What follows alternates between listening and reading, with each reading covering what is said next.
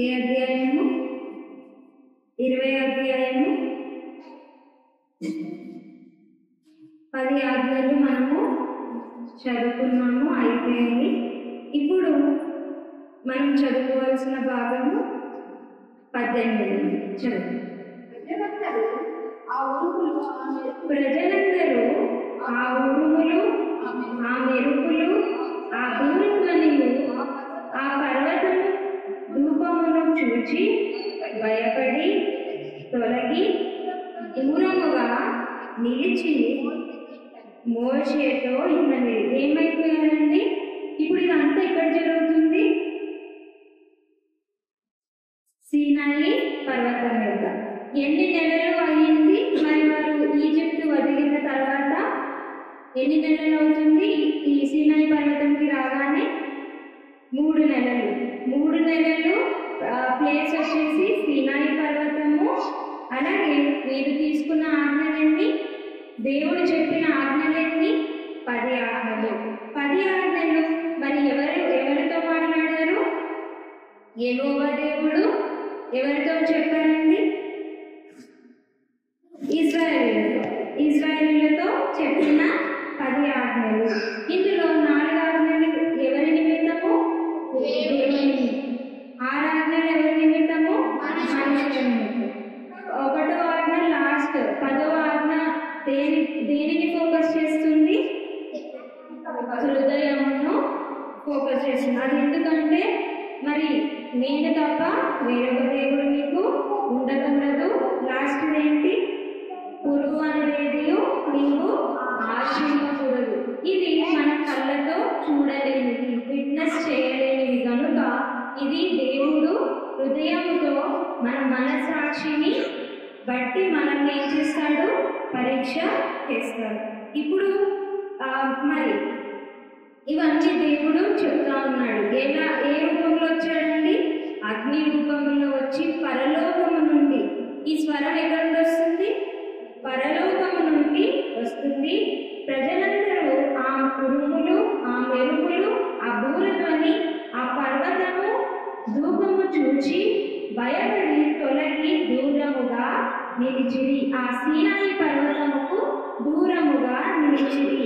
అప్పుడు మోషేతో వాళ్ళు ఏం చెప్తున్నారు? 19, నీవు మాతో మాట్లాడుము, మేము విందుము. దేవుడు మాతో మాట్లాడిన ఎడల మేము చనిపోదుము. చనిపోతారా? దేవుడు మనతో మాట్లాడితే చనిపోతారా? చనిపోతారా? చనిపోతారండి? చనిపోరు. ఎందుకు? మరి మోషే మాట్లాడుతున్నాడు. మోషేకి భయం ఉందా అండి? భయం లేదు. మరి మోషే ఏ విధంగా ఉన్నారో చూద్దాం కొన్ని విషయాలు. ద్వితీయోపదేశకాండము 5:5, గనుక యెహోవా మాట నీకు తెలియజేయుటకు నేను యెహోవాకును నీకును మధ్యను నిలిచి ఉండగా యెహోవా ఇలాగున సెలవిచ్చాను. చాలా. యెహోవాకి ఇశ్రాయేలుకి మధ్య ఎవరున్నారు మధ్యవర్తి? మోషే. అలాగే 23 నుండి చదవండి. 23 నుండి.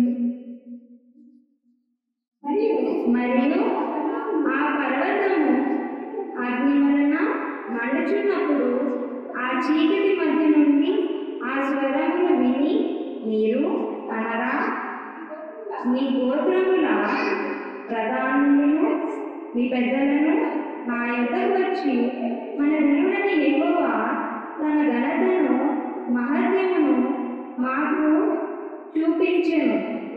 అగ్ని మధ్య నుండి ఆయన స్వరమును వింటిని. దేవుడు నరులతో మాట్లాడినను వారు బ్రతుకుదురని నేను తెలుసుకుంటుంది. కాబట్టి మేము చావనేలా ఈ గొప్ప అగ్ని మమ్మల్ని దహించును. మేము మన దేవుడైన యెహోవా స్వరము ఇక వినిన ఎడల చనిపోము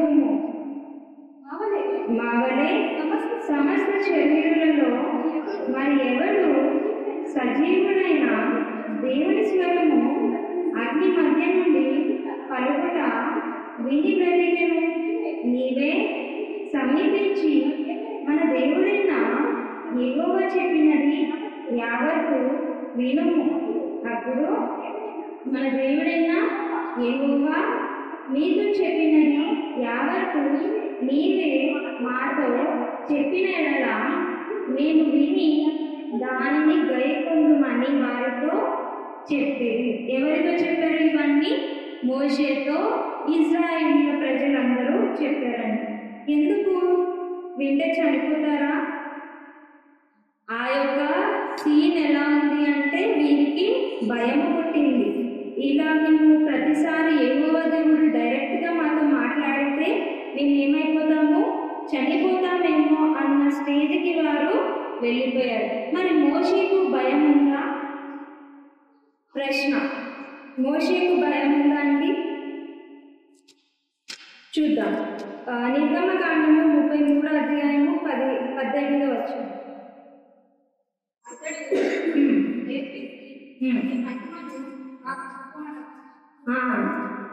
ఎవరు అడుగుతున్నారు ఇది? మోషే యెహోవా దేవుని మహిమ కొరకు ఎల్లప్పుడూ ఎదురు చూస్తాడంట. మోషే ఏమో ఎల్లప్పుడూ ఎదురు చూస్తున్నాడు, ఇశ్రాయేలీయులేమో చూడడానికి ఏమైపోయారు? భయపడ్డారు. అలాగే ఇంకా కొన్ని చూద్దామండి. యెషయా గ్రంథం. ఇప్పుడు దేవుడు ఇక్కడ ఇశ్రాయేలీయులతో ఎందుకు మాట్లాడారు? ఎందుకు మాట్లాడారండి? మోషే ద్వారా ఇంతకు ముందు తెగుళ్ళన్నీ కూడా మోషే ద్వారా చెప్పి మరి జరిగినవి. మరి యెహోవా దేవుడు ఈ ఆజ్ఞలు ఇచ్చే టైంకే ఎందుకు వచ్చి మరి ఇశ్రాయేలీయులతో మాట్లాడడం జరిగింది? ఇంతకు ముందు మీరు ఏం ప్రశ్న వేశారు? మోషే ఎక్కడ? మోషే మమ్మల్ని చంపడానికి తీసుకొచ్చావా? యెహోవా దేవుడు ఏమన్నారు? ఆయనను మొరపెట్టుకొని మరి ఆయన విడుదల చేస్తున్నా కూడా ఏం చేశారు? ఆయన మీద సనిగారు. ఇలాంటి సనుగుడు మరి వారికి రేపొద్దున కలగబోయేది ఏంటి అంటే ఈ 10 ఆజ్ఞలు ఇవ్వగానే ఏం చేస్తారు వాళ్ళు? ఇవి మేము ఎందుకు పాటించాలి? ఎందుకు పాటించాలి? మాకు ఆయన ఎవరో కూడా తెలియదు అన్న స్టేజ్కి వచ్చేస్తారు. అలాగే వీరికి ఏముండాలి? ఈ ఆజ్ఞలను తూచా తప్పగా పాటించాలి అన్న భయం పుట్టాలని మరి యెహోవా దేవుడు ఆ ప్రజలతో మాట్లాడడము జరుగుతుంది. అలాగే మరి యెషయా గ్రంథంలో మరి యెషయా ప్రవక్త కూడా ప్రజల తరపున యెహోవా దగ్గర తీసుకున్న సమాచారాన్ని మరి ప్రజలకు అందిస్తారు. అలాగే ఇర్మియా ఉంటాడు. అలాగే యోహాను సువార్తలో జరిగేది కూడా అదే అండి. వీరిని దేవుడు ఏర్పాటు చేసుకొని ఎందుకు? ప్రజలందరూ ఏమన్నారు? మేము ఇంకొకసారి యెహోవా దేవునితో ఫేస్ టు ఫేస్గా మాట్లాడలేము, ఆయన స్వరం మేము వినలేము, విన్న వాళ్ళము చనిపోతామన్నారు. కనుక నెక్స్ట్ జరగబోయే అన్నిటిలో యెహోవా దేవుడు ఎక్కడ డైరెక్ట్ కాంటాక్ట్ చేయడు. ఎలా చేస్తారు? ఒక వ్యక్తి ద్వారా ఆ వ్యక్తి నుండే మరి సమాచారాన్ని అందజేస్తారు. చూద్దాము. ఒక 2 వచనాలు చూద్దాం. యెషయా గ్రంథము 6వ అధ్యాయము. యెషయా గ్రంథము 6వ అధ్యాయము 1 నుండి. రాజైన ఉజ్జియా మృతి పొందిన సంవత్సరమున అత్యున్నతమైన సింహాసనమునకు ప్రభువు ఆసీనుడై ఉండగా నేను చూచితిని. ఆయన చొక్కాయి అంచులు దేవాలయమును నిండుకొనెను. ఆయనకు పైగా సేరావులు నిలిచి ఉండిరి. ఒక్కొక్కరికి 6 రెక్కలుండెను. ప్రతివాడు 5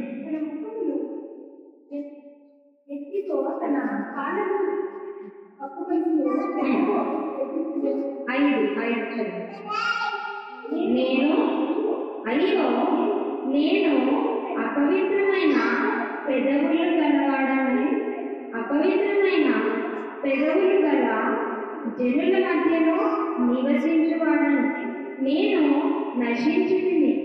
రాజును సైన్యముల అధిపతి యెహోవా నేను కన్నులారా చూచితిని అనుకుంటుంది. ఈయనకి వచ్చే కళ ఏంటంటే అందులో మరి పరలోకములో యెహోవా దేవుడు ఎలా ఉన్నాడు, దేవదూతలు ఎలా ఉన్నారో మరి ఆయనకు దర్శనము కలిగింది. ఎందుకు దర్శనాలు కలుగుతాయి అంటే ఈ ప్రజలు తప్పిపోతా ఉంటారు. మరి వీరు ఏం చేస్తారు? ఆజ్ఞలను మీరుతారు. వీరు మీరినప్పుడల్లా వారికి ఏం కలుగుతుంది? శ్రమలు కలుగుతాయి. ఇజ్రాయేలులకు శ్రమలు కలుగుతాయి. ఆ శ్రమలు ఎందుకు వచ్చాయా అని ఏం చేస్తారు? వాళ్ళు ఆలోచనలో పడతారు. అంతే కదా, మనకి కోవిడ్ వచ్చింది. కోవిడ్ వచ్చినప్పుడు ఎందుకు వచ్చిందా అని పరిశోధన చేశారు కదా. ఎందుకు వచ్చిందా అని పరిశోధన చేస్తారు. అలాగే ఇజ్రాయేల్ కూడా మాకు శ్రమ ఎందుకు కలిగింది అని అనుకున్నప్పుడల్లా ఒక ప్రవక్తను దేవుడు ఏర్పాటు చేసుకొని మరి ఆ ప్రవక్త ద్వారా వారికి సమాచారాన్ని పంపిస్తారు. ఎవరికి? ఇజ్రాయేలులకు. అప్పుడు ఇజ్రాయేలులో మళ్ళీ తిరిగి దేవుని వైపునకు తిరిగి మరి వారు చేసిన దోషములను ఒప్పుకొని మళ్ళీ దేవుడు ఏం చేస్తాడు? వారి దోషములను తుడిచివేసి మరొక అవకాశంను వారికి ఇచ్చి మరి ఆ యొక్క ముందు ఉన్న స్థితికి మళ్ళీ వారికి పంపించడము జరుగుతుంది. అలా యెషయా గ్రంథంలో, ఆ ఇర్మియా గ్రంథంలో మరి ప్రవక్తల గ్రంథములన్నీ కూడా దీని నిమిత్తమే. వీరు ఎప్పుడైతే మరి ఆజ్ఞలను మీరుతారో అప్పుడు వారికి వచ్చేది శ్రమలు. ఆ శ్రమల నుండి తప్పించుకోవాలి అంటే తిరిగి వారు ఎవరి దగ్గరికి రావాలి? యెహోవా దేవుని యొద్దకు రావాలి. ఇలా యెహోవా యొక్క దర్శనము ఎవరికి కలిగిందండి? ఇక్కడ యెషయా గారికి. అలాగే యోహాను ప్రకటన గ్రంథంలో యోహాను గారికి కలుగుతుంది. ఈయన ఎవరు? ప్రకటన గ్రంథం రాసింది ఎవరు? శిష్యుడైన యోహాను. 1వ అధ్యాయం ప్రకటన 1వ అధ్యాయం 17. నేను ఆయనను చూడగానే చచ్చిన వాని వలె ఆయన పాదముల యొద్ద పడితిని. ఆయన తన కుడి చేతిని నా మీద ఉంచి నాతో ఇట్లా నేను భయపడకుము, మొదటి వాడను కడపటి వాడను. చాలండి. ఏం చెప్తున్నారు? భయపడకు, నేను మొదటి వాడను కడపటి వాడను జీవించువాడను. నీవు నేను నీకు ఎందుకు కనిపిస్తున్నాను? నా దర్శనం ఏంటి అంటే దానికి ఒక రీజన్ ఉంది. కనుక నువ్వేం చెయ్యి? భయపడకు. అలాగే మరి భయపడకు అని ఎవరితో చెప్పారు? యెహోవా దేవుడు మోషేతో చెప్పారా? భయపడకు. దేవుడు ఇలా మరి ప్రవక్తలను ఒక వ్యక్తిని ఏర్పాటు చేసుకొని ప్రజలకు అందజేసే మరి అనేకమైన విషయాలు ప్రవక్తల ద్వారా మాట్లాడారు. నెక్స్ట్ మరి యేసుక్రీస్తు ఏం చెప్తున్నారో చూద్దామండి. యోహాను సువార్త, మత్తయి సువార్త 5వ అధ్యాయము 17 నుండి.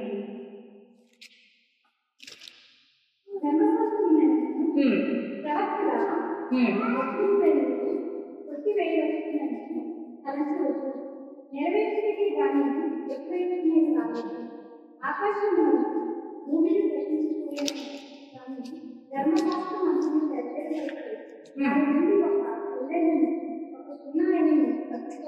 తప్పిపోదని నిశ్చయముగా చెబుతుంది.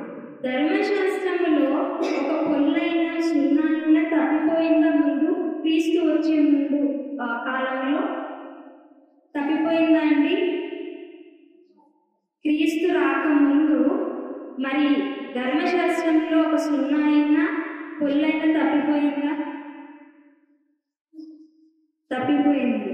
ఎందుకు? వారు ఏం చేసుకున్నారంటే మార్చుకున్నారు. ధర్మశాస్త్రాన్ని వారికి అనుకూలంగా మార్చుకొని తప్పుడు బోధ, అనుకూలమైన బోధ చేసుకొని ఏం చేస్తున్నారంటే వారి యొక్క హృదయము ధర్మశాస్త్రానికి ఎలా ఉంది? విరోధముగా ఉంది, దూరముగా ఉంది. ధర్మశాస్త్రానికి దూరంగా ఉన్నారంటే ఎవరికి దూరంగా ఉన్నట్టు వారు? యెహోవా దేవునికి దూరంగా ఉన్నట్టు. అలాంటి వ్యక్తుల దగ్గరికి మరి యెహోవా దేవుడు ఒక మనిషిని పంపించాడు. ఆయనే ప్రభువైన యేసుక్రీస్తు. ఈయన మరి సమస్తము ఎరిగిన కుమారుడా లేక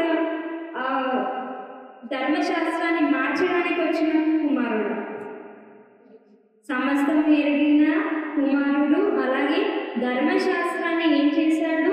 నెరవేర్పులు చేశాడు. కొట్టివేయ వచ్చిందని తలంచకుడి, నెరవేర్చుటకే గాని కొట్టివేయుటకు నేను రాలేదు. ఎలా నెరవేర్చాడు ప్రభువైన యేసుక్రీస్తు? మరణముతో. ఇంకా అసలు నెరవేర్పు అంటే ఏంటి? నెరవేర్పు అంటే ఏంటి? మరి ప్రభువైన యేసుక్రీస్తు ఏం చేశారు? సబాతు పాటించారా?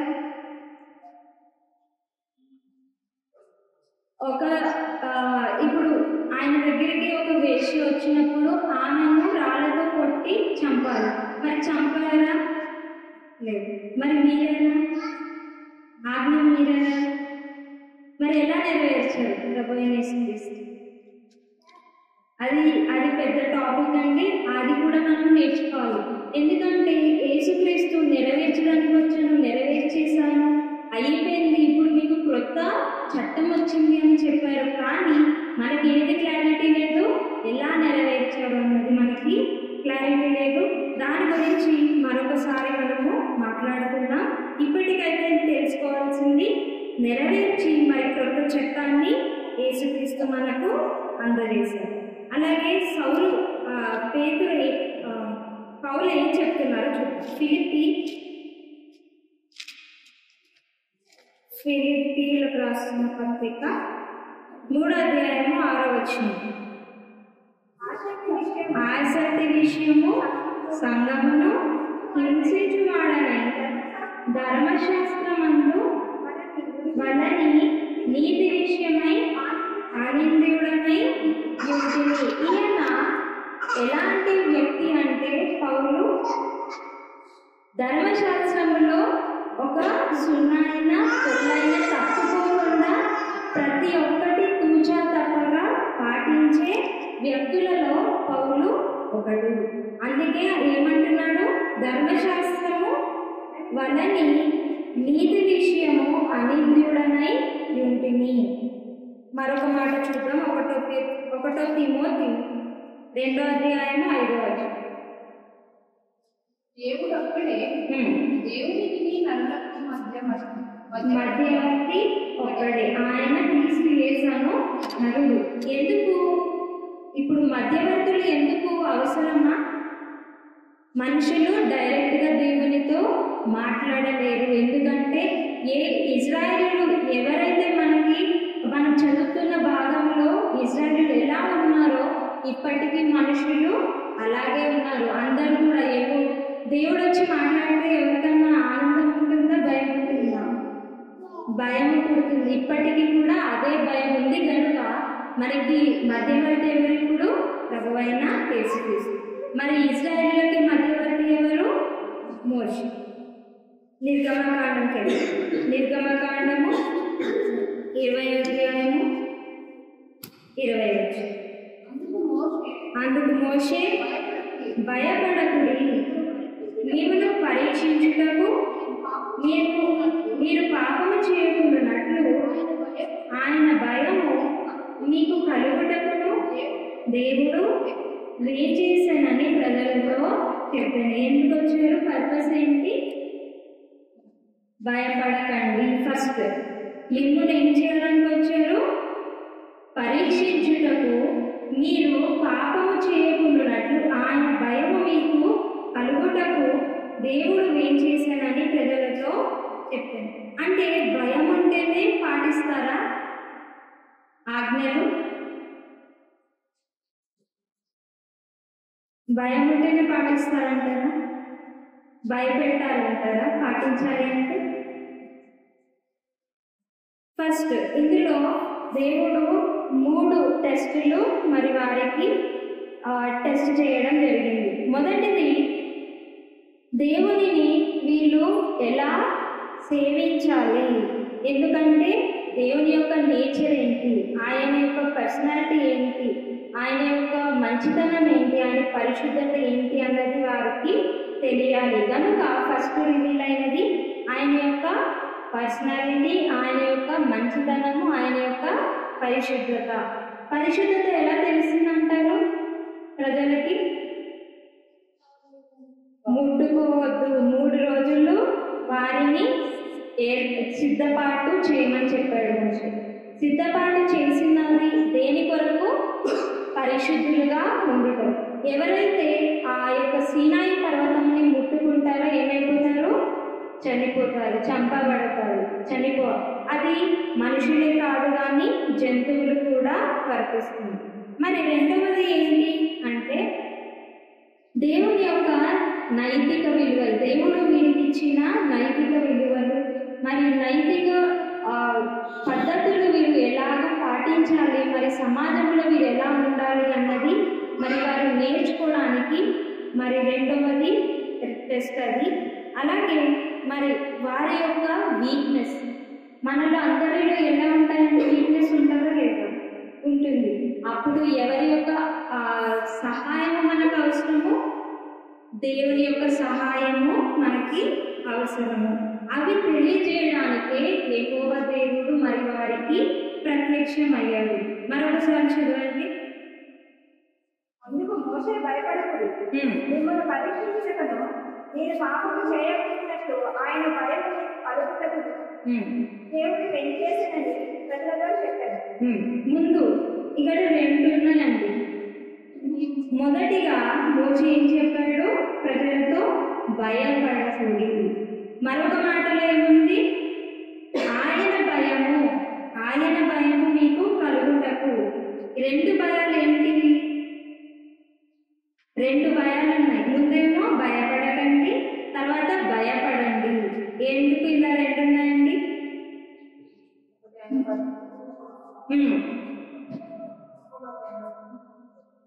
2 భయాలు ఉన్నాయి. మొదటిది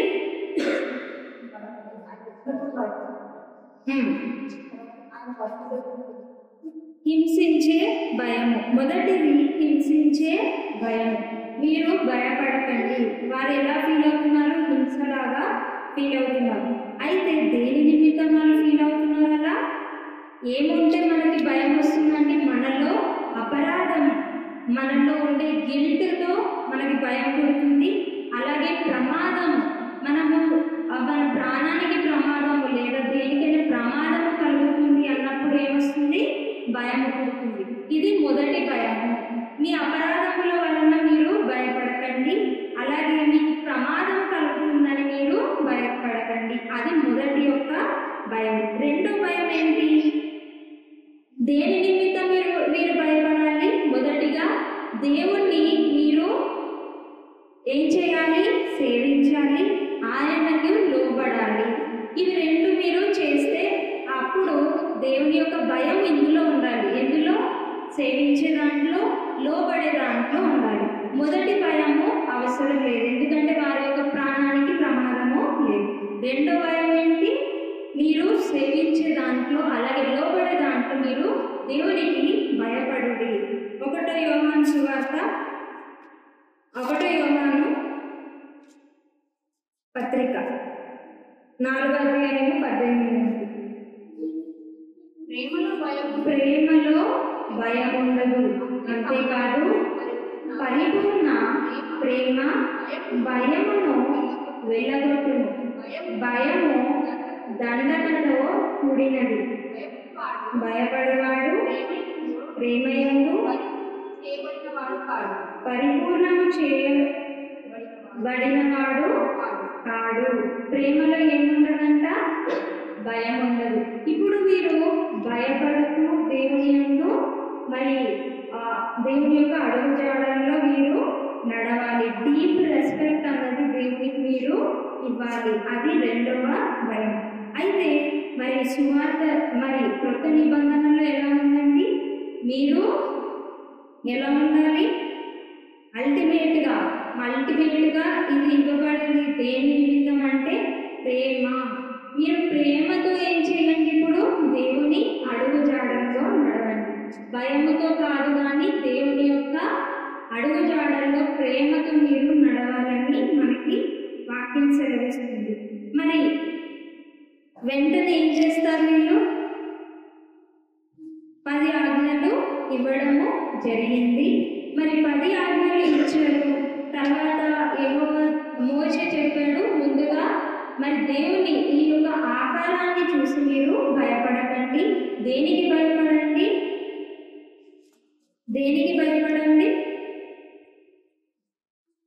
చదవండి మరి.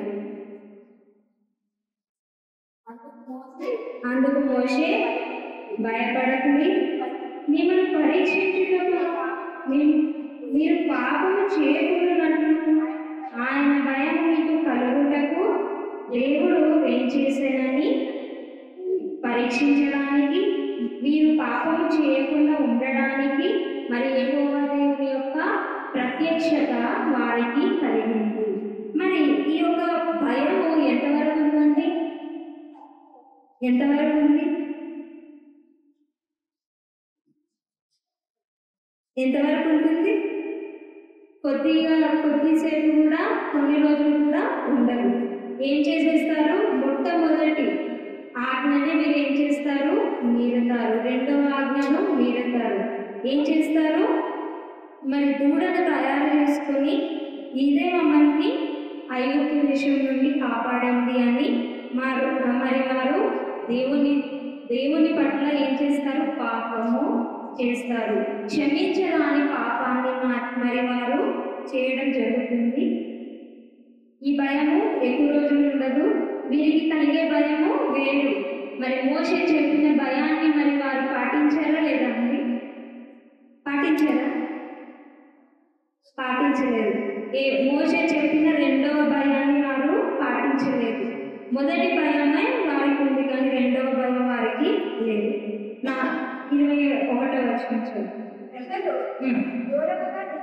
దూరముగా నిలిచిరి, సమీపంగా యెహోవా మోషేతో ఇట్లనెను,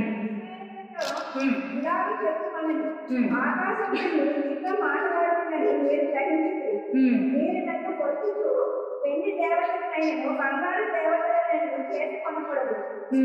మంచి బలిపీఠమును నా కొరకు చేసి దాని మీద మీ దహనబలులను సమాధానం. చాలండి. 22 నుండి 23 వరకు ఏముంది? మీరు ఏ దేవతలను మీరు చేసుకొనకూడదు. ఇది ఎక్కడి నుండి వచ్చింది ఈ స్వరం? ఆకాశం నుండి మీతో మాట్లాడుచు. ఇశ్రాయేలుతో యెహోవా దేవుడు ఎక్కడ నుండి మాట్లాడుతున్నాడు? ఆకాశం నుండి. ఆయన ప్రత్యక్షత ఎక్కడుంది? సీనాయి పర్వతం మీద. నెక్స్ట్ అయితే మీరు ఏం చేయకూడదు? వేరే దేవతలను తయారు చేసుకోకూడదు, పూజింపకూడదు. 24 మీరు ఏం చేయాలి? ఇప్పుడు మట్టితో బలిపీఠమును మీరు చేసి దాని మీద నీ దహన బలులను సమాధాన బలులను నీ గొర్రెలను నీ ఎద్దులను అర్పించాలి. ఎద్దులను నీవు అర్పించాలి. ఇప్పుడు వీరు వెంటనే 10 ఆజ్ఞలు వచ్చేసాయి. మరొకసారి దేవుడు చెప్తున్నాడు, మీరు ఇలా వేరే వాటిని పూజించకూడదు, తయారు చేసుకోకూడదు. ఇప్పుడు మీరు నా కొరకు ఒక బలిపీఠమును తయారు చేయండి. ఎలా తయారు చేయాలి? మంటితో. నెక్స్ట్ 25 నీవు నాకు రాళ్ళతో బలిపీఠము చేయనప్పుడు మంచిన రాళ్ళతో దాన్ని కట్టకూడదు. దానికి కన్నులతో తగలించిన ఎడల అపవిత్రము అగును. ఎలా అపవిత్రమైనది? ఇది దేనిని సూచిస్తుంది? దాని మీద దెబ్బ పడింది. ఒక రాయి మీద దెబ్బ పడి దానిని ఒక ఆర్ట్ కింద మారుస్తున్నారు అంటే దానిలో ఉన్న మరి పాలిష్ చేసినట్టేనండి. దానిలో ఉన్న పైన ఉన్నదంతా తీసేసి వారికి నచ్చినట్టుగా ఆకారాన్ని మలుచుకుంటారు. అట్లాంటి రాళ్ళను మీరు తీసుకోకూడదు. ఎందుకు? దేవుడు ఎప్పుడు కూడా అది ఎలా ఉందో అలాగే కావాలని కోరుకుంటున్నాడు. ఇది దేనిని సూచిస్తుందో కొన్ని మాటలు చూసుకుందాం. 1 కొరింథీ 2వ అధ్యాయము 1 కొరింథీ 2వ అధ్యాయము 4 నుండి. మీ విశ్వాసము మనుషుల జ్ఞానమును ఆధారం చేసుకునక దేవుని శక్తిని ఆధారం చేసుకుని ఉండవలెను. నేను మాట్లాడినను సువార్త ప్రకటించిన జ్ఞానయుక్తమైన తీయని మాటలను వినియోగింపక పరిశుద్ధాత్మయు దేవుని శక్తియు కనబరచు దృష్టాంతములనే వినియోగించుకుని. ఇక్కడ పాలిష్ చేసిన బోధ చేయకూడదు. పాలిష్ చేసిన బోధ అంటే ఎవరికి ఏది కావాలి, ఎవరికి అనుకూలంగా ఈ బోధ ఉందో వారికి మనము బోధించడము తప్పు. ఎందుకు తప్పండి? ఉన్నది ఉన్నట్టుగా ప్రజలకు వారు చెప్పాలి. ఉన్నది ఉన్నట్టుగా దేవుని యొక్క ఆజ్ఞలను పాటించాలి. దానిని మనకి నచ్చినట్టుగా మార్చేసుకొని, లేదు ఇది దేవుని యొక్క ఉద్దేశం ఇది కాదు అన్నట్టుగా మనము చేయకూడదు. ఎందుకు? దేవుడికి నచ్చుతుందా అంటే అలాంటి పాలిష్డ్ ప్రీచింగ్ అన్నది నచ్చదు. అలాగే మరి యేసుక్రీస్తు ఏం చెప్తున్నారో చూద్దాం. యోహాను సువార్త 4:20.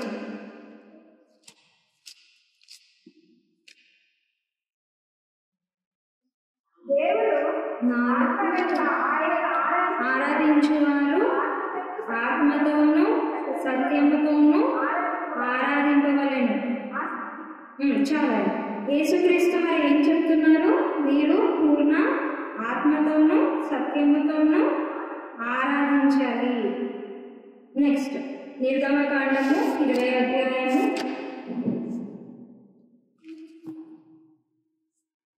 26.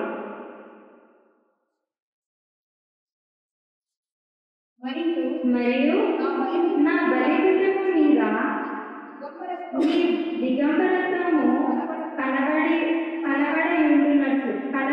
ఉండునట్లు మెట్ల మీదగా దానిని ఎక్కకూడదు. దేవుడు ఏం చేస్తున్నాడంటే మెట్లను తీసివేయండి. మెట్లు మనకి అవసరం లేదు. బలిపీఠం కడుతున్నారంటే మెట్లు మనకి వద్దని చెప్పారు. తర్వాత ఈ మెట్లను పెట్టడం జరుగుతుంది. బలిపీఠం యొక్క మెట్లను మరి ఏర్పాటు చేస్తారు, కన్స్ట్రక్ట్ చేస్తారు. అయితే ఇది మెట్ల మీదుగా మీరు వెళ్తున్నప్పుడు మరి మీరు ఎలా ఉండాలి, మీ డ్రెస్సింగ్ ఎలా ఉండాలి అన్నది కూడా మరి యెహోవా దేవుడు చెప్పాడు. 28వ అధ్యాయం చూడండి. 28వ అధ్యాయము 40 నుండి. అహరోను కుమారులకు నీవు చొక్కాయిలను కుట్టవలెను, వారికి దట్టీలను చేయవలెను, వారికి అలంకారము ఘనతయు కలుగునట్లు కులాయిలను వారికి చేయవలెను. నీవు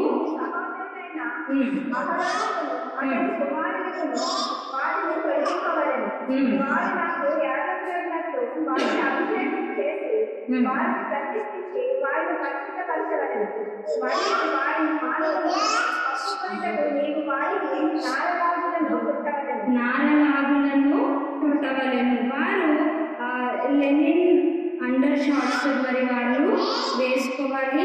అలా వేసుకొని మరి బలిపీఠం మీదకి వారు వెళ్ళాలి. దేవుడు ఏర్పాటు చేసిన విధానం ఇది. నెక్స్ట్ సో ఈ 20వ అధ్యాయం అంతా కూడా ఆజ్ఞలతో కూడినది. అలాగే ఏమున్నాయండి, మరి వీరు భయపడిన వాటికి కూడా మరి మోషే ఏ విధంగా సమాధానం ఇచ్చాడు, అలాంటి మరి ఎన్నో విషయాలు మనము తెలుసుకున్నాము.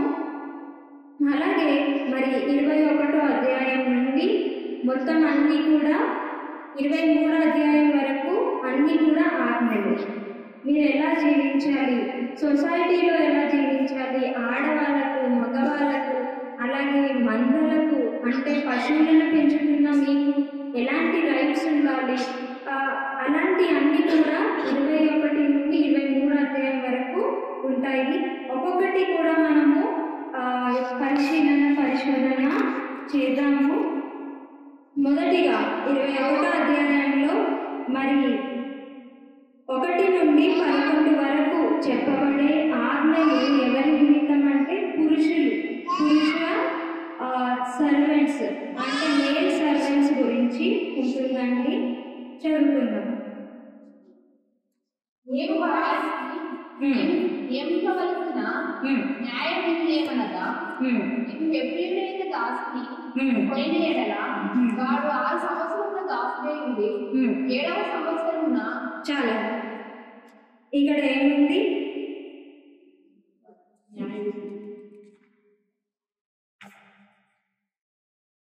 రెండవ వచనం, నీవు హెబ్రీయుడైన దాసుని కొనిన ఎడల వాడు 6 సంవత్సరములు దాసుడై ఉండి 7వ సంవత్సరమున ఏమియో ఇయ్యకయే నిన్ను విడిచి స్వతంత్రుడగును.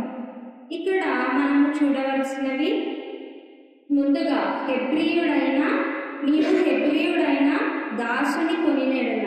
అసలు దాసులు ఎలా అవుతారు, అది మనకి ప్రశ్న.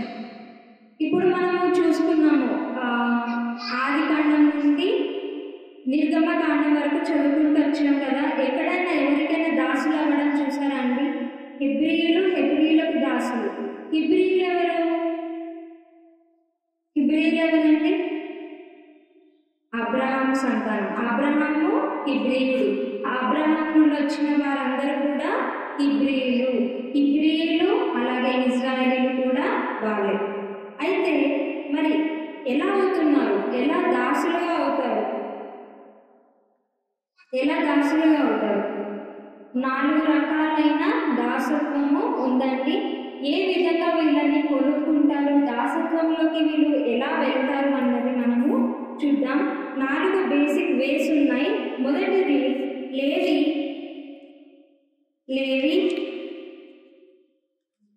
లేవియా కాండము 25వ అధ్యాయము 39.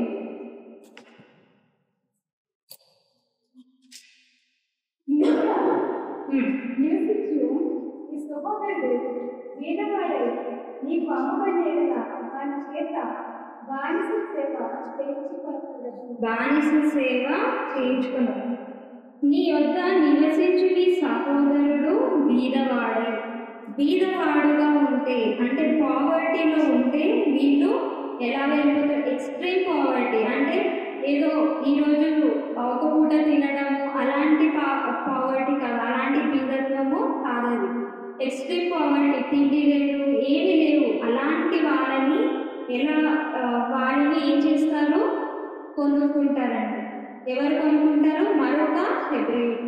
ఒక బీద హెబ్రీయుడు ఒక ధనిక హెబ్రీయుడు ఏం చేస్తాడు? కొనుక్కుంటాడు. ఇది ఒక రకమైన దాసత్వం కిందకి వారు వెళ్తారు. రెండవది నిర్గమకాండము 21వ అధ్యాయం 7వ వచనం చదువుతుంది. ఒకడు తన కుమార్తెను దాసిగా అమ్మిన ఎడల దాసులైన పురుషులు వెళ్ళిపోకున్నట్లు అది వెళ్ళిపోకూడదు. ఏం చేస్తున్నారు? కుమార్తెను తండ్రి ఏం చేస్తున్నాడు? హెబ్రీయుడైన తండ్రి హెబ్రీయురాలైన కుమార్తెను ఏం చేస్తున్నాడు? హెబ్రీయులకు అమ్మివేస్తున్నాడు. ఇది 2వ విధమైన అమ్మడం, అంటే ఇది 2వ విధమైన దాసత్వం. 2 రాజులు 4వ అధ్యాయము 1. అంతటా ప్రవక్త శిష్యులలో ఒకరి భార్య నీ దాసుడైన నా పెనిమిటి చనిపోయాను. పెనిమిటి అంటే ఒక స్త్రీకి పెనిమిటి భర్త చనిపోయాడు. అతడు యెహోవా యందు భయభక్తి గలవాడై ఉండెనని మీకు తెలిసే ఉన్నది. ఇప్పుడు అప్పులవాడు నా ఇద్దరు కుమారులు తనకు దాసులుగా ఉండుటకై వారిని పట్టుకుని పోవుటకు వచ్చి ఉన్నాడని ఎలీషాతో భయపెట్టగా. ఇక్కడ ఏం చేస్తున్నారు? భర్త చనిపోయాడు, బాగా అప్పులతో నిండుగా పోయి ఉన్నారు. అప్పుడు వారు ఏం చేస్తున్నారు? అప్పు ఎవరైతే ఇచ్చారో ఆ అప్పు ఇచ్చిన వాడు ఏం చేస్తున్నాడు? ఈ ఇద్దరు కుమారులను మరి తీసుకొని వెళ్ళిపోతారు. అప్పుడు ఆ ఇద్దరు కుమారులు ఎలాంటి స్థితిలో ఉంటారు? దాసత్వంలో ఉంటారు. ఇది ఎలాంటిది? నష్టముతో. అలా వాళ్ళు నష్టంలో ఉన్నప్పుడు మరి కుటుంబ సభ్యులు ఎలా వెళ్ళిపోతారు? దాసత్వంలోనికి వెళ్ళిపోతారు. ఇది మూడవది. మరొకటి చూద్దాం. నిర్గమకాండము 22వ అధ్యాయము 3 నుండి. సూర్యుడు ఉదయించిన తరువాత కొట్టిన ఎడల వాడు సరిగా మరల చెల్లింపవలేదు. వారికి ఏమీ లేకపోతే ఎడల వాడు దొంగతనం చేసినందున అమ్మబడవలెను. దొంగతనము చేసినందున అమ్మబడ. ఈ వ్యక్తి, ఈ ప్రియుడైన ఈ వ్యక్తి దొంగ వేరొకరి దగ్గర మరి దొంగతనం చేసి మరి వారికి ఇవ్వవలసినవి ఇవ్వలేకపోతే ఎలా వెళ్ళాలి? వారి దగ్గరకు వేరొక హెబ్రీయుడి దగ్గరికి దొంగ ఎలా వెళ్తాడు? దాసునిగా వెళ్తాడు. ఇవి 4 రకాలైన దాసత్వం అండి. ఈ విధంగా దాసులుగా వారు వెళ్ళినప్పుడు మరి యెహోవా దేవుడు వీళ్ళకి కూడా రైట్స్ ఇచ్చాడు. మనందరికీ రైట్స్ ఉన్నాయండి. హ్యూమన్ రైట్స్ ఉన్నాయా? మనకి ఉన్నాయి. అలాగే ఇజ్రాయేలులకు కూడా ఉన్నాయి. ఆ రైట్స్ ఇప్పుడు డివైడ్ చేయబడుతుంది. ఇజ్రాయేలులకు ఇప్పుడు మొట్టమొదటిగా దేవుడు ఫోకస్ చేసింది దాసత్వము. ఆ దాసులుగా ఉన్న వారి మీద వారికి కావలసిన రైట్స్ని దేవుడు ఇస్తున్నాడు. దాసత్వము ఎలా ఉంటుంది? వీరు దాసత్వంలో ఉన్నారా? బానిసత్వంలో ఉన్నారా? ఇజ్రాయేలులో ఉన్నారు. ఎన్ని సంవత్సరాలు? 430 సంవత్సరాలు దాసత్వంలో ఉన్నారు. అది ఎక్కువ కాలమా తక్కువ కాలం? చాలా ఎక్కువ కాలం. 430 సంవత్సరాలు అంటే ఎంతో మంది వారి దాసత్వంలోనే చనిపోయి కూడా ఉంటారు. అలాంటి దాసత్వము నుండి దేవుడు ఏం చేస్తాడు? విడుదల చేస్తాడు. మరి వారికి కూడా రైట్స్ ఉండాలని దేవుడు ఏర్పాటు చేసిన కమాండ్మెంట్స్లో, ఆజ్ఞలలో మొట్టమొదటిగా దేవుడు ఫోకస్ చేసింది దాసత్వం మీద. మరి దాసత్వము ఏ విధంగా మరి దేవుడు విడుదల చేస్తాడు అంటే, వీరితో నువ్వు ఏం చెయ్యి? 6 సంవత్సరాలు నువ్వు పని చేయించుకో. ఒక హిబ్రీయుడు, దాసిగా ఉన్న హిబ్రీయుడి మీద ఓనర్గా ఉన్న హిబ్రీయుడు ఏం చేయాలి? 6 సంవత్సరాలు మాత్రమే పని చేయించుకోవాలి. అతని యొక్క మరి లైఫ్ లాంగ్ దాసత్వంలోనికి అతను వెళ్ళకూడదు. అలా వెళ్తే ఎవరికి శిక్ష? యజమానునికి శిక్ష. అయితే 7వ సంవత్సరంలో ఏం చేయవచ్చు? అతను వెళ్ళిపోవచ్చు. మరొకసారి చదువుకుందాం. ఎప్పుడైతే దాసులను కొనినేడలా వాడు 6 సంవత్సరములు దాసులై ఉండి 6 సంవత్సరములు దాసులై ఉండి 7వ సంవత్సరమున ఏమీ ఇయ్యగానే నీకు విడిచి స్వతంత్రుడు అవుతాడు. దేవుడు 7వ దినాన్ని మరి ఎలా తీసుకుంటున్నాడు? ఆదికాండం నుండి విశ్రాంతి దినము, విడుదల కావాలి. 6 రోజులు మీరు ఏం చేస్తారు? పని చేయండి. 7వ రోజు విశ్వసించండి. అలాగే మరి స్లేవ్స్కి కూడా ఇలాంటి దాసత్వంలో ఉన్నవారు కూడా ఏం చేయాలి? 6 సంవత్సరాలు కష్టపడతారు. ఎవరికి? దాసులుగా ఉంటారు హెబ్రీయులకి. అలాగే 7వ సంవత్సరం ఏం చేయాలి? విడుదల, వారికి విశ్రాంతి. దేవుడు మరి విశ్రాంతి దినానికి ఎంత ప్రాముఖ్యం ఇచ్చాడో అంతే ప్రాముఖ్యత ఎవరికి ఉంది?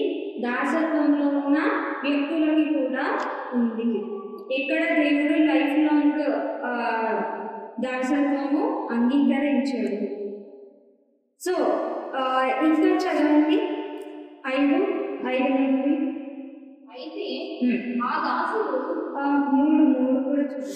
వాడు చుట్టిగా వచ్చిన ఎడల వాడు ఒంటిగా వచ్చిన ఎడల ఒంటిగానే వెళ్ళవచ్చు. ఒక దాసుడిని భార్య పిల్లలు లేరు, ఒట్టి ఆ వ్యక్తి మాత్రమే వస్తే ఒంటరిగా అతను తిరిగి వెళ్ళవచ్చు. ఏ సంవత్సరం 7వ సంవత్సరం. నెక్స్ట్ భార్య ఉండిన ఎడల వాడి భార్య 2 కేసెస్. ఒంటరిగా వస్తే ఒంటరిగా వెళ్తాడు, భార్యతో వస్తే భార్యతో వెళ్తాడు. 4 వాని యజమానుడు వానికి. ఇప్పుడు యజమానుడు దగ్గర ఉన్నప్పుడు ఈ వ్యక్తి యజమానుడు భార్యని ఇస్తే ఎలా ఉంటుంది చూడండి.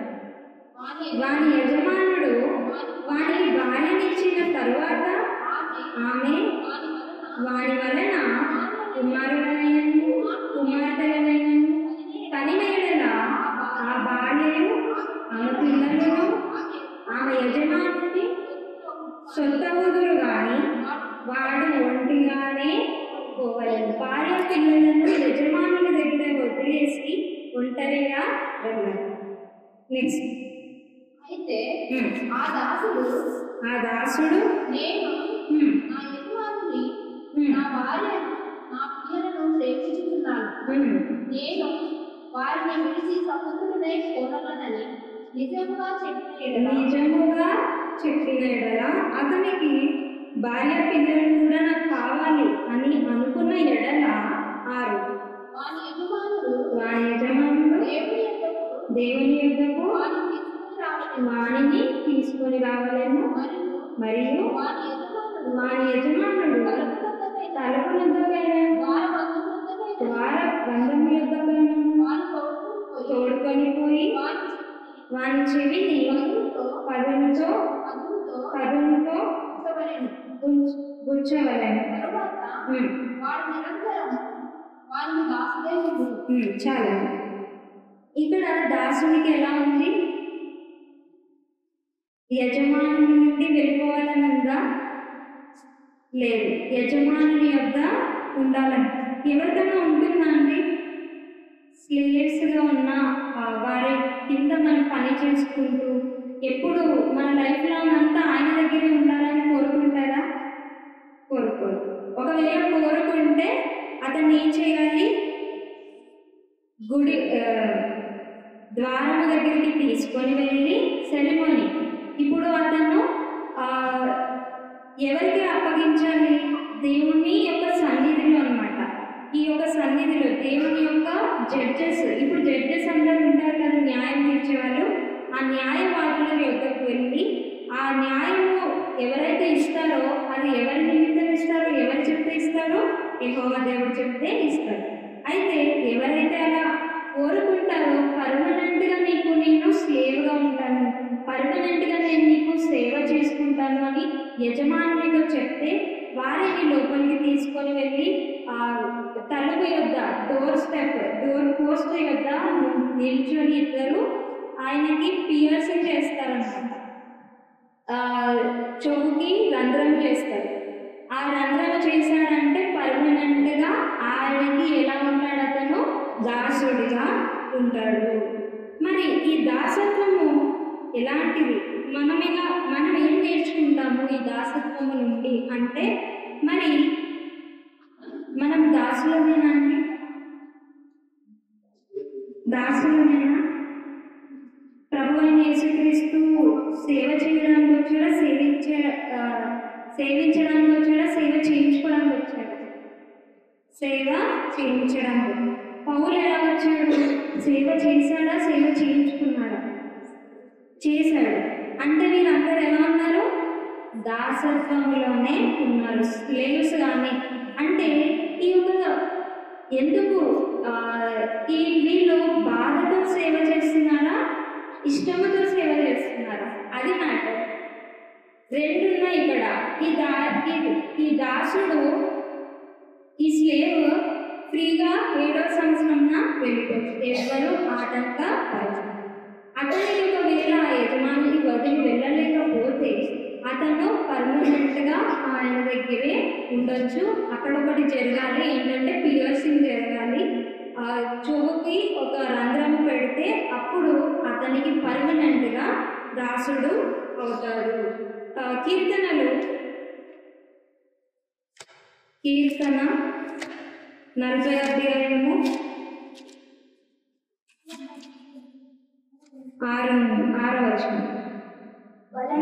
బలులనైనను నైవేద్యములైనను నీవు కోరుకొనలేదు.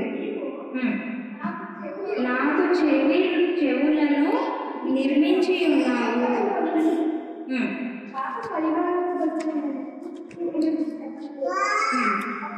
చెవులను నిర్మించి అంటే చెవుల ద్వారా నువ్వేం చేయాలి?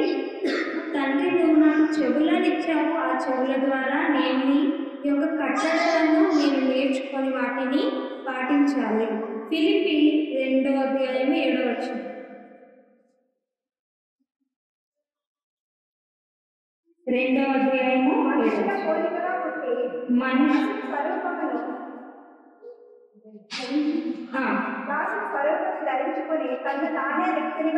రిక్తునిగా చేసి ఎవరండి? ప్రభువైన యేసుక్రీస్తు. ఏం చేస్తున్నారు?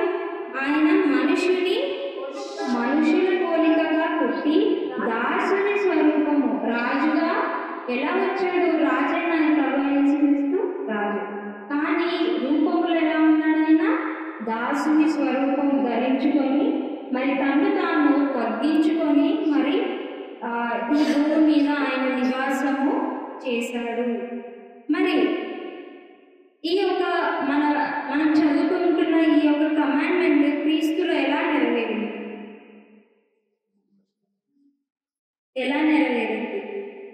ఆయన దాసుడు అయ్యాడు. ఎవరికి దాసుడు అయ్యాడు? తండ్రి. యెహోవా దేవునికి దాసుడు ఎవరు? ప్రభువైన యేసుక్రీస్తు. మరి పియర్సింగ్ జరిగిందా?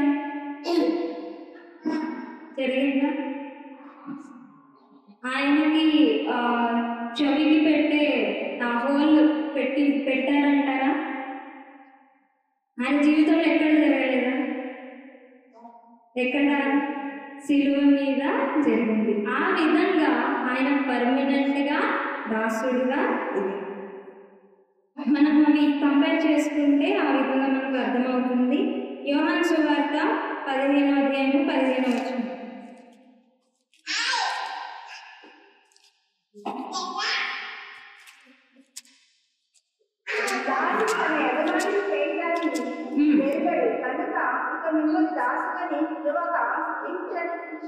యేసుక్రీస్తు ఏమంటున్నారు?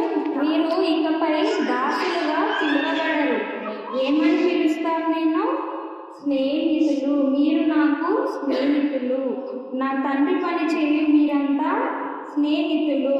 నెక్స్ట్ రోమా 1:1. కానీ మరి దేవునితో అనుబంధము కలిగి యేసుక్రీస్తుతో అనుబంధము కలిగిన మరి సేవ చేసిన అనేకులు ఉన్నారండి. ఎవరెవరు? పౌలు, పేతురు, వీరందరూ కూడా సేవ చేసిన వాళ్ళు. మరి వాళ్ళని ఎలా వారి యొక్క బాండ్ని ఎలా చూపించుకుంటున్నారో చూద్దాం. ఈ రోమా ఎవరు రాశారండి? అపోస్తలుడైన పౌలు. 1:1. యేసుక్రీస్తు దాసుడును అపోస్తలుడుగా నుండుటకు పిలువబడును. ఎవరు ఈయన? పౌలు. ఎలా ఆయన రిప్రజెంట్ చేసుకుంటున్నాడు తనను తాను? దాసుడు, యేసుక్రీస్తు యొక్క దాసుడను. యాకోబు 1:1.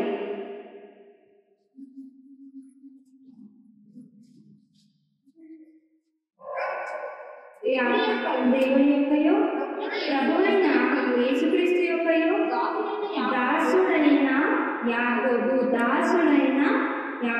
యేసుక్రీస్తు యొక్క దాసుడు. 2వ పేతురు 1:1. యేసుక్రీస్తు దాసుడును అపోస్తలుడైన పేతురు ఎవరంట? యేసుక్రీస్తు యొక్క దాసుడు. యూదా 1:1 యేసుక్రీస్తు దాసుడు, యేసుక్రీస్తు దాసుడును యాకోబు సహోదరుడైన యూదా. యాకోబు సహోదరుడైన యూదా. ఈయన ఎవరి దాసుడు? ప్రభు అయిన యేసుక్రీస్తు యొక్క దాసుడు. గలతీ 6:17.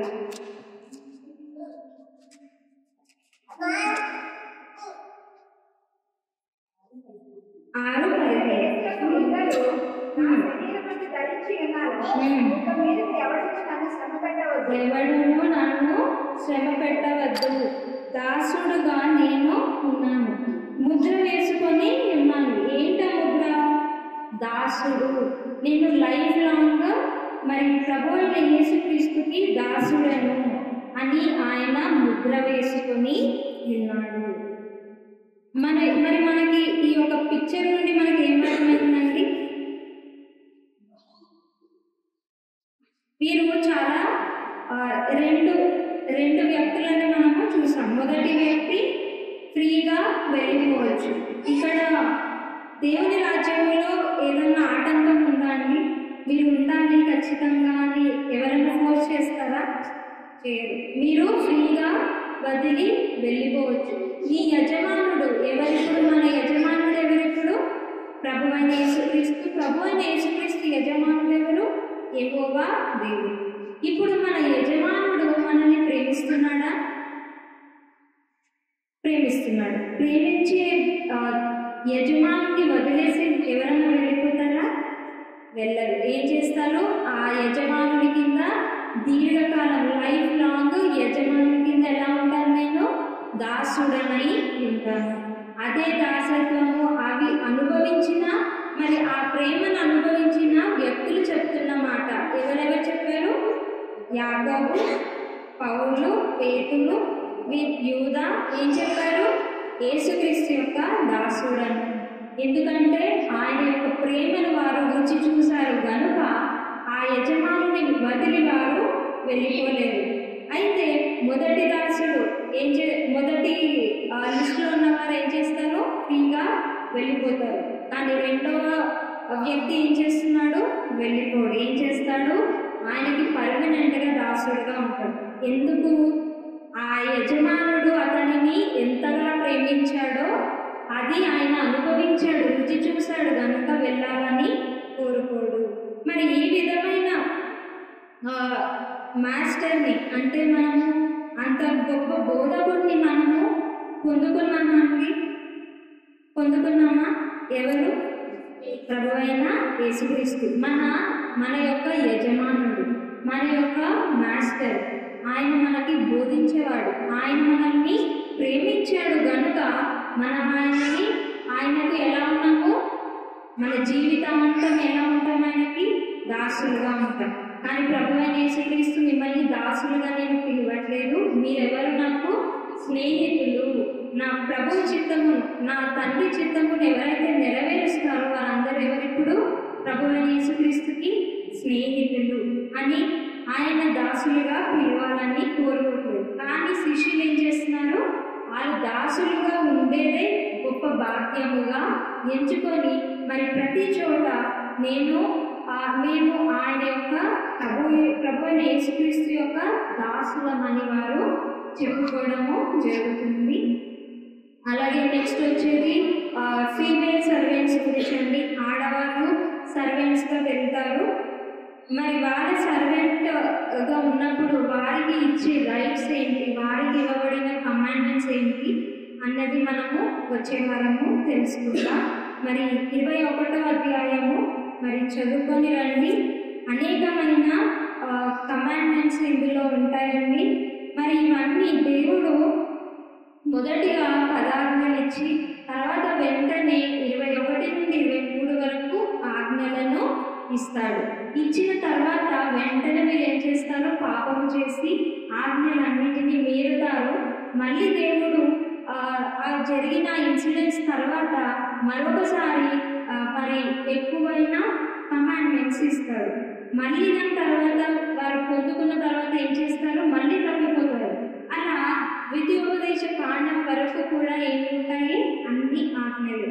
బ్లాక్స్ కింద దేవుడు ఇస్తాడు, మీరు తప్పు చేస్తారు, బ్లాక్స్ కింద మళ్ళీ కమాండ్మెంట్స్ ఇస్తాడు, ఆజ్ఞలు, మళ్ళీ మీరు తప్పు చేస్తారు, మళ్ళీ ఇస్తాడు, మళ్ళీ తప్పు చేస్తారు. ఇవన్నీ మనం ద్వితీయోపదేశ కాండం వరకు చదువుకుంటే మొత్తము ఎన్ని ఆజ్ఞలు అవుతాయి? 613 ఆజ్ఞలు మరి దేవుడు వారికి ఇస్తారు. అందులో పాజిటివ్ ఆజ్ఞలు, నెగిటివ్ ఆజ్ఞలు కూడా ఉన్నాయి.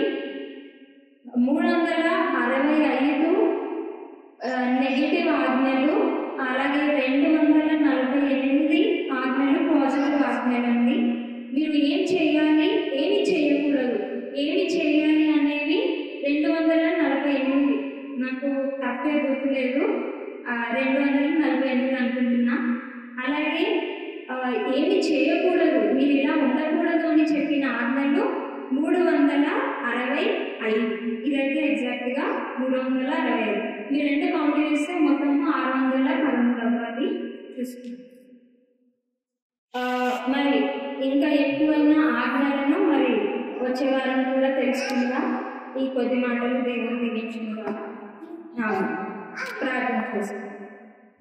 మా ప్రియ పరలోకపు తండ్రి, మీ ఘనమైన నామమునకు స్తుతి స్తోత్రాలు చెల్లిస్తున్నాం తండ్రి. మీ ఆజ్ఞలను మేము నేర్చుకుంటున్నాం తండ్రి.